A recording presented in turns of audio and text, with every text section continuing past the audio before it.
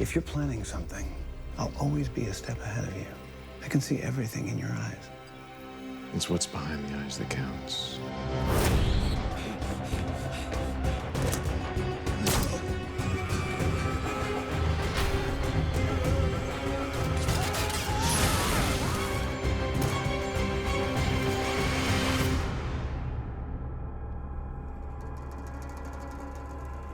This reboot came to be because Dominic, Purcell, and myself wound up working together on another show playing completely different characters. Wentworth and I were doing guest roles on The Flash, and it was just like we had never stopped working with one another. We had a great time, and we started talking about Prison Break and reminiscing, and out of that conversation came this idea that there might be more to the story.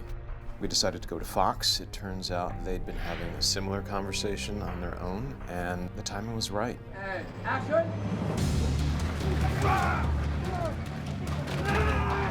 We've got Paul Scheuring, who's spearheading these new 9 episodes, and he originated the show, so it's got his taste and sensibility and tone. What appealed to me about bringing the show back is that the culture of TV has changed in the last decade in terms of limited runs having really come into their ascendancy, and everyone's willing to make them now and people are willing to watch them. You know, what's nice about the close-ended story is that it's just non-stop thrills, non-stop mystery and character moments. There's not a wasted drop of drama is what I'm trying to say.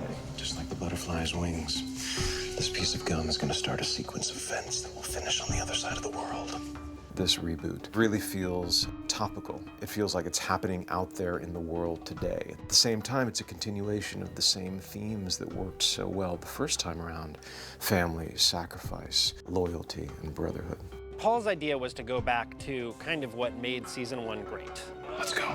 Obviously, there's a prison break element to that, but there's also the secret plans of figuring out what Michael's up to, and then the fun of the old fan favorites, and then introducing a whole bunch of new characters who are involved for mysterious reasons.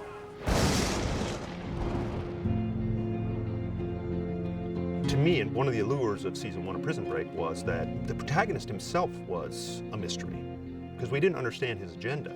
And what's the tattoo, and who had he set up outside the prison before he effected this escape? And so, coming back to do this again, we restart that, which is to say, who is Michael? Why the hell is he alive? What's he doing here, right?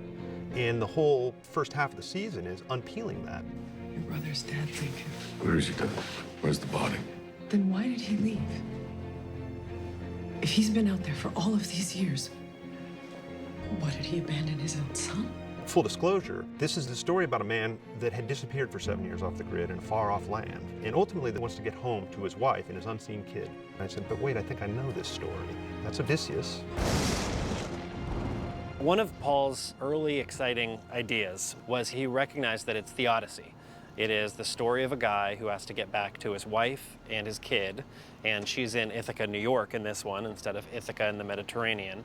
And he starts in Ogygia, which is the island that Odysseus was on, and he has to escape. He has to fight his way out of the city, across the desert. He has to get to Greece. Then he's on a cargo ship, and then finally finds a way home. It's incredibly ambitious. I mean, it's like we're making a movie. Damn it! I gotta get home, Link. Can't spend another 2 weeks on a cargo ship.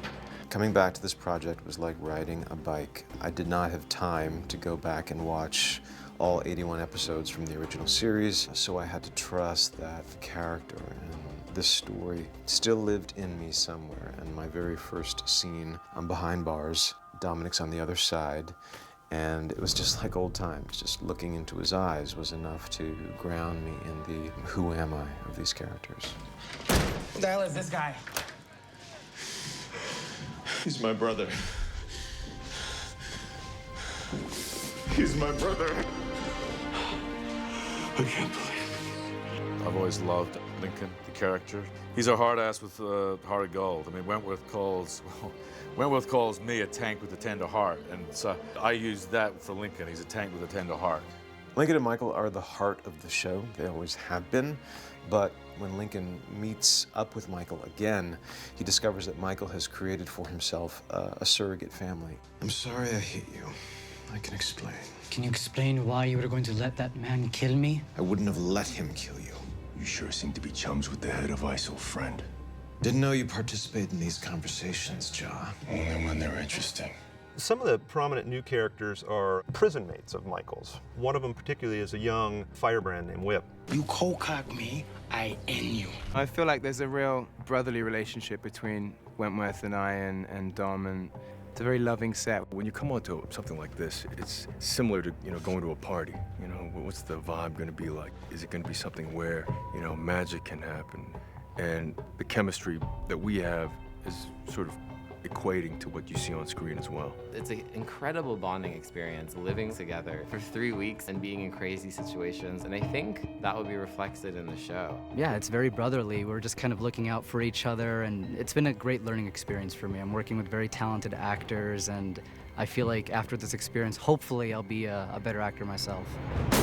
Of all the things that mystify me in this world since I've been released, it's that KO is the rage. KO.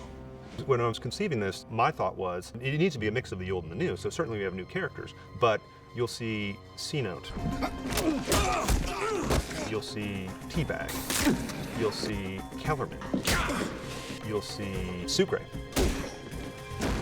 Beanbag has been, first of all, it's been amazing. The very first scene that I shot with Went, it's when I see him for the first time. That was no acting. It was really emotional to see my best friend that I hadn't seen in so long.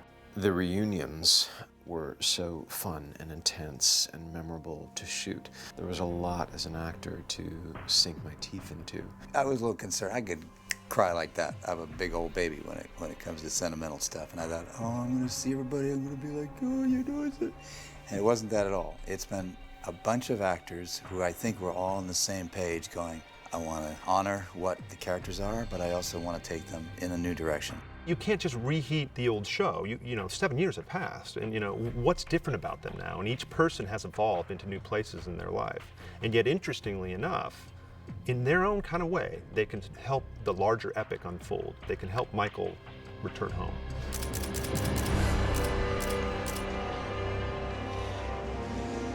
Behold the villain. When Paul Scheuring told me that this whole series is based on Homer's The Odyssey, that it's the hero's journey, and there would be a character named Poseidon who was torturing him all the way, and you, Mark, are gonna play Poseidon. I'm like, huh, that sounds pretty cool. Mark is somebody who I've been a fan of since Royal Pains. I've always thought he was a really talented guy, and one of the fun things about this was kind of, can he be the evil guy? Michael didn't kill Harlan Gaines. He had no motive. Shut up. He's the one with the motive. Harlan Gaines was your CIA director, and he was looking into Jacob. He was gonna put him in prison. I've played so many menches, so many good guys, so on the one hand, it's horrible to depict violence, especially against women. On the other hand, to dip my toes in the water of this strain of evil and darkness was fun and a change from playing the nicest doctor on television. This is for the last 7 years.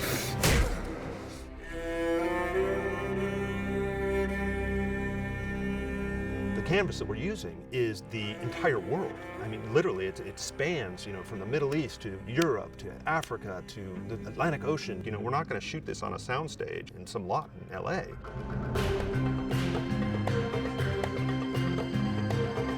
We're in Ouarzazate, Morocco, and we're shooting it to pretend like it's Yemen, war-torn Sana'a, Yemen. Morocco was a once-in-a-lifetime experience. I had a great time. It's a beautiful country. The show is very, very, very popular there. There's literally no one who has not seen Prison Break. And going to these various places, actually shooting in Morocco for Yemen, gives the show a look and a flavor that I don't think we could have achieved on a soundstage somewhere in Vancouver, although we've done our best. For me, it was very special because I am Moroccan. My grandparents were born and raised in Morocco, and they started their family in Morocco. And when I was first introduced to this project, I was like, sign me up. We're standing outside a technical school here in Ouarzazate that we've turned into a prison. First up is we're doing just some establishing shots from a drone camera to simulate like an aerial point of view of the prison. This is iconic because in the original series of Prison Break, there was a classic image that flew over a guard tower looking down at the prison yard at an actual prison in Chicago. So this is our version of that, since now we're in quote-unquote Yemen. This is Vila and Marco from a company called Helicam in Finland. They've been brought here to be our drone team. It's basically two-guy operation, so Marco is piloting and I have a similar control that I control the camera. So the camera is completely independent, so I can pan and tilt. We have a live HD link, so we and the director sees the live image, so we can control the camera from the side.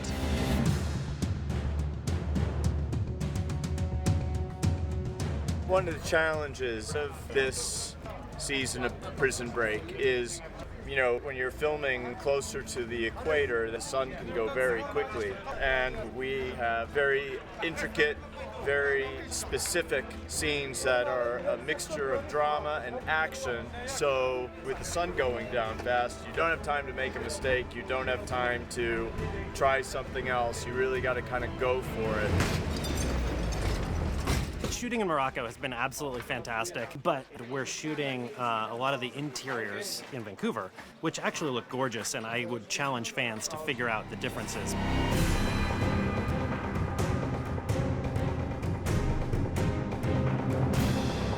So here we are in beautiful Vancouver, in the prison. This is where the guards normally are. So they watch us from up here, whilst all the prisoners are down in this huge courtyard down here. Luca, our production designer, is incredibly talented, and he's created these amazing environments and sets in Vancouver. And so we have a lot of stuff where our characters will be running through war-torn Yemen, which is actually Morocco, and then they run into a building, and then they're actually in Vancouver, and they do their dramatic scene there. What are they saying? The entire army of ISIL just declared war on us. It's very intense to watch a show and then to realize, oh, you're about to hyperspace yourself into that world.